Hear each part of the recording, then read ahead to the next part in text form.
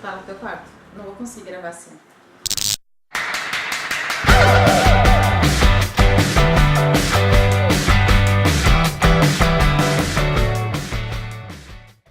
Oi, ferinhas! Tudo bom? Então, este vídeo, tá? Desculpa que tô gravando agora em outro lugar, provisório, até ficar pronto.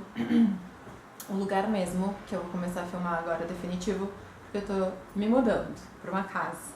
Pro Bento ter quintal, né, Bento? Vai ter que encarar! Vai ter que encarar! Ah.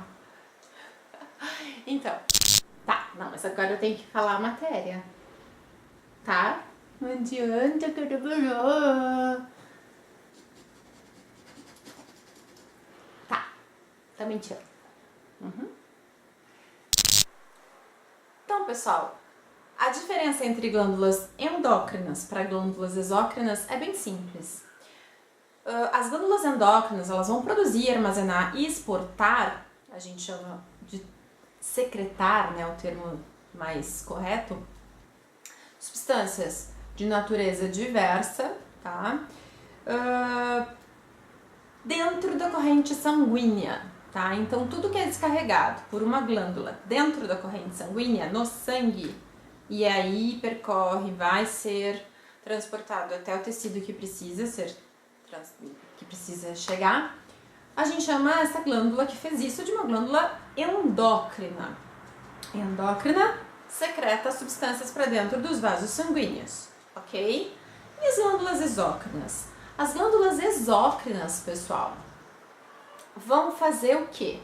Vão descarregar, vão secretar substâncias ou para fora do corpo, mesmo, diretamente para fora do corpo, ou vão secretar substâncias dentro da cavidade de algum órgão. Então, vamos dar alguns exemplos de glândulas endócrinas, que são aquelas que secretam substâncias dentro da corrente sanguínea. Então, todas as glândulas que fabricam hormônios, tá? Por exemplo, os ovários, que são as gônadas das mulheres, das fêmeas na maior parte dos casos, são órgãos que funcionam como glândulas que vão secretar substâncias dentro da corrente sanguínea, estrógeno e progesterona principalmente, tá? O pâncreas é outro órgão que funciona como glândula, não só como glândula endócrina, tá? É um caso de glândula mista, porque ele vai funcionar tanto como glândula endócrina como glândula exócrina, já explico por quê. O pâncreas funciona como glândula endócrina quando ele fabrica insulina, tá? A insulina é aquele hormônio que faz com que a célula consiga pegar a glicose que está no sangue, tá? Então, isso, tá, faz com que o pâncreas funcione como glândula endócrina, porque a insulina, ela é descarregada no sangue, certo? Glândula endócrina, então. Quando a gente fala no pâncreas secretando enzimas digestivas, tá? Suco pancreático, por exemplo, esse suco pancreático ele é descarregado diretamente na cavidade intestinal, ou seja, na luz intestinal. E aí ele funciona como glândula exócrina, certo?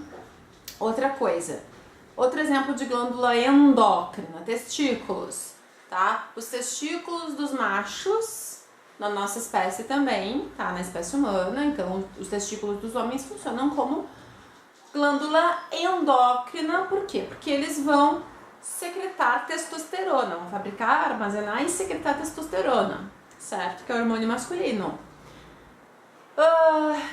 E quase toda a hipófise, a tireoide, todas essas glândulas vão fazer parte do sistema endócrino, que depois a gente vai falar melhor. Por quê?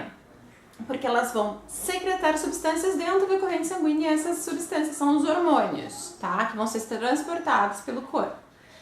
E as glândulas exócrinas? Exemplos. As glândulas exócrinas, que são aquelas que secretam substâncias para fora do corpo ou dentro da cavidade de algum órgão. Exemplos. Glândulas sudoríparas. As glândulas sudoríparas que produzem suor nos mamíferos são extremamente importantes. Por quê? Porque elas ajudam na regulação térmica, tá? Dos organismos homeotérmicos, certo? Que são os organismos que mantêm a temperatura do corpo constante. No nosso caso, entre 36 e 37 graus. Então, as glândulas sudoríparas são super importantes nos mamíferos.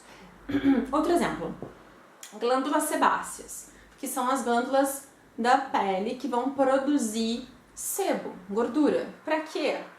Para proteger, né, a pele, o epitélio, enfim, contra ressecamento. Em alguns animais ela vai funcionar até como impermeabilizante da superfície. Em alguns casos, em excesso, ela pode dar algum problema, né, cravos e obstrução de poros, enfim. As glândulas mamárias são outro exemplo de glândula exócrina, tá? Porque elas vão despejar, então, o leite para fora do corpo da mulher. Um outro exemplo que eu já dei, pâncreas, que é uma glândula que funciona como glândula mista, porque ela é tanto endócrina quanto exócrina. No caso, exócrina quando ela secreta suco pancreático, porque suco pancreático vai ser secretado dentro do intestino, na cavidade intestinal, para dissolver gordura no processo digestório. Glândulas lacrimais, exócrina. Ok, gente? Então, esses são os exemplos. Acho que com esses exemplos fica bem clara a diferença entre glândula endócrina e glândula exócrina. É bem importante que vocês não esqueçam disso, certo? Dúvidas, deixem aí embaixo nos comentários. Essa semana é esse o vídeo, rapidinho. Semana que vem eu vou postar o vídeo, finalmente, de sistema endócrino, porque daí a gente já falou na diferença entre glândula endócrina e exócrina, e daí fica mais fácil de entender, então, todas as outras glândulas do sistema endócrino. É um monte, te prepara, tá, ferinha? Beijo, qualquer coisa me grita aí embaixo. Beijão.